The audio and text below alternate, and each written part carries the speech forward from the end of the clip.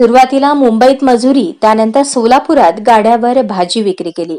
सतत कष्ट उपसत मुलांना शिकवले. आपल्या आईबाबांच्या कष्टाचं चीज मुलीने UPSC उत्तीर्ण होऊन केलं.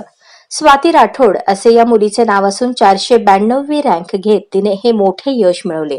स्वाती मोहन राठोड हिचे आई वडील विजापूर रोड राजस्व नगर येथे राहतात. याच परिसरात आई वडील दोघे मिळून भाजी विक्रीचा व्यवसाय करतात. वडील भाजीचा गाडा घेऊन परिसरात भाजी विकत फिरतात. या व्यवसायाला आईचीही मदत असते. आपल्या आईबाबांचे कष्ट पाहून मी UPSC उत्तीर्ण होईनच अशी जिद्द बाळगत स्वातीने UPSC परीक्षा उत्तीर्ण केली. 5व्या प्रयत्नात तिला हे यश मिळाले. स्वाती राठोड हिचे 10वी पर्यंतचे शिक्षण नवी मुंबईतील वाशी येथे झाले. तिथे तिचे वडील मजुरी करत होते. त्यानंतर राठोड कुटुंबीय सोलापुरात स्थायिक झाले. तेव्हापासून ते भाजी विक्रीचा व्यवसाय करतात. या दरम्यान स्वातीने भारती विद्यापीठ येथे 11वी-12वीचे शिक्षण घेतले. वसुंधरा महाविद्यालयातून BA पूर्ण केले. सध्या भूगोल विषयातून ती MA करत आहे.